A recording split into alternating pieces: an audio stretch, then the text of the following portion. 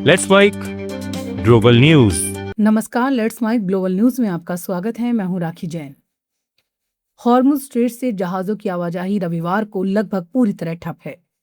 Ship tracking data के मुताबिक फारस की खाड़ी से बाहर निकल रहे एलपीजी के 2 टैंकर बीच रास्ते से ही वापस लौट गए। ईरान ने कहा है कि उसे अमेरिका पर भरोसा नहीं है। संसद स्पीकर मोहम्मद बागेर ने कहा कि हालात कभी भी बिगड़ सकते हैं, इसी वजह से सेना पूरी तरह तैयार है। शनिवार रात दिए बयान में गालिबाफ ने कहा कि अगर ईरान के जहाज हॉर्मुज स्ट्रेट से नहीं गुजर पाए तो किसी और देश के जहाजों को भी वहां से गुजरने नहीं दिया जाएगा। उन्होंने अमेरिका की ईरानी बंदरगाहों पर लगाई गई नाकेबंदी को गलत और लापरवाह फैसला बताया। उन्होंने कहा कि ये कदम क्षेत्र में तनाव बढ़ा रहा है। गालिबाफ ने चेतावनी दी कि हॉर्मुज में माइन क्लियरिंग जैसी किसी भी कार्रवाई को सीजफायर का उल्लंघन माना जाएगा और इसका जवाब दिया जाएगा। उन्होंने ये भी कहा, ईरान बातचीत के लिए तैयार है, लेकिन इसे कमजोरी नहीं समझा जाना चाहिए। साथ ही दावा किया कि अमेरिका के पास संसाधन और हथियार होने के बावजूद रणनीतिक तौर पर वो ईरान के सामने कमजोर पड़ा है। मिडिल ईस्ट में 2 बड़े सीजफायर लागू हैं, लेकिन दोनों को लेकर मतभेद बने हुए हैं। पहला सीजफायर अमेरिका और ईरान के बीच 8 अप्रैल से लागू है, जो 22 अप्रैल तक चलेगा। पाकिस्तान की मध्यस्थता वाले इस समझौते पर विवाद है। पाकिस्तान और ईरान का कहना है कि इसमें लेबनान भी शामिल है, जबकि अमेरिका और इजराइल सहमत नहीं हैं।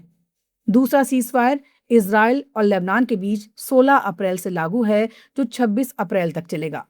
इसे अमेरिका ने घोषित किया था और दोनों देशों ने इसका स्वागत किया है।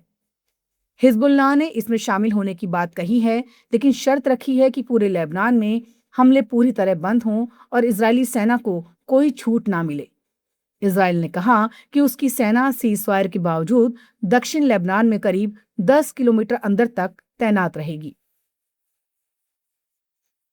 भारत और रूस के बीच reciprocal exchange of logistic support रक्षा समझौता अब लागू हो गया है। इसके तहत दोनों देश एक दूसरे की जमीन पर 3000 सैनिक तक तैयार कर सकेंगे। साथ ही 5 युद्धपोत और 10 सैन्य विमानों की तैनाती की भी अनुमति दी गई है। दोनों देशों की सेनाएं एक दूसरे के मिलिट्री बेस, एयरबेस और बंदरगाहों का इस्तेमाल कर सकेंगी, जिससे लंबे समय तक सैन्य तैनाती और ऑपरेशन आसान होंगे। डील में लॉजिस्टिक सपोर्ट भी शामिल है। इसके तहत ईंधन, पानी, मरम्मत, तकनीकी संसाधन और अन्य जरूरी सप्लाई उपलब्ध कराई जाएगी। वहीं विमानों के लिए एयर ट्रैफिक कंट्रोल और फ्लाइट से जुड़ी सेवाएं भी मिलेंगी। ये समझौता फरवरी 2025 में साइन हुआ था और दिसंबर 2025 में रूस ने इसे मंजूरी दी। ये 5 साल के लिए लागू रहेगा, जिसे आपसी सहमति से आगे बढ़ाया जा सकता है। उत्तर कोरिया ने रविवार सुबह एक बार फिर बैलिस्टिक मिसाइलें दागकर अपनी सैन्य ताकत का प्रदर्शन किया। मिसाइलें पूर्वी तट के सिनपो शहर के पास से समुद्र की ओर दागी गई और करीब 140 किलोमीटर तक गईं। ये इस महीने चौथा और साल का 7वां मिसाइल परीक्षण है। दक्षिण कोरिया के पूर्व सुरक्षा सलाहकार किम की जुंग के मुताबिक ये कदम अमेरिका और दक्षिण कोरिया के बीच संभावित बातचीत से पहले ताकत दिखाने की रणनीति का हिस्सा है। दक्षिण कोरिया ने इस कार्रवाई को उकसावे वाला बताते हुए संयुक्त राष्ट्र सुरक्षा परिषद के प्रस्तावों का उल्लंघन कहा है और आपात बैठक बुलाई। जापान ने भी पुष्टि की कि ये उसके आर्थिक क्षेत्र में नहीं गिरी। अंतर्राष्ट्रीय परमाणु ऊर्जा एजेंसी के प्रमुख राफेल ग्रोसी ने हाल ही में कहा कि उत्तर कोरिया अपनी परमाणु क्षमता तेजी से बढ़ा रहा है और नए यूरेनियम संवर्धन केंद्र पर काम कर सकता है। मार्च में किम जोंग उन ने कहा था कि उनका देश परमाणु शक्ति बना रहेगा और राष्ट्रीय सुरक्षा के लिए इस क्षमता का विस्तार जरूरी है। दूसरे विश्व युद्ध के बाद शांतिवादी नीति अपनाने वाला जापान अब अपनी रक्षा नीति में बड़ा बदलाव कर रहा है। सरकार ने हथियार निर्यात के नियमों में ढील देने का फैसला किया है, जिससे वो वैश्विक डिफेंस मार्केट में उतरने की तैयारी कर रहा है।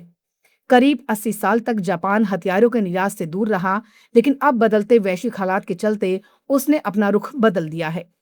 रूस यूक्रेन युद्ध और पश्चिम एशिया के तनाव के कारण हथियारों की मांग बढ़ी है, जिससे कई देश जापान की ओर देख रहे हैं। जापान का रक्षा बजट भी तेजी से बढ़कर करीब $60 अरब तक पहुंच गया है।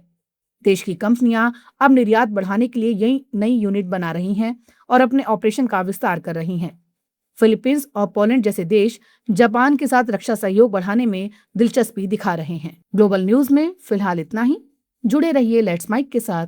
नमस्कार।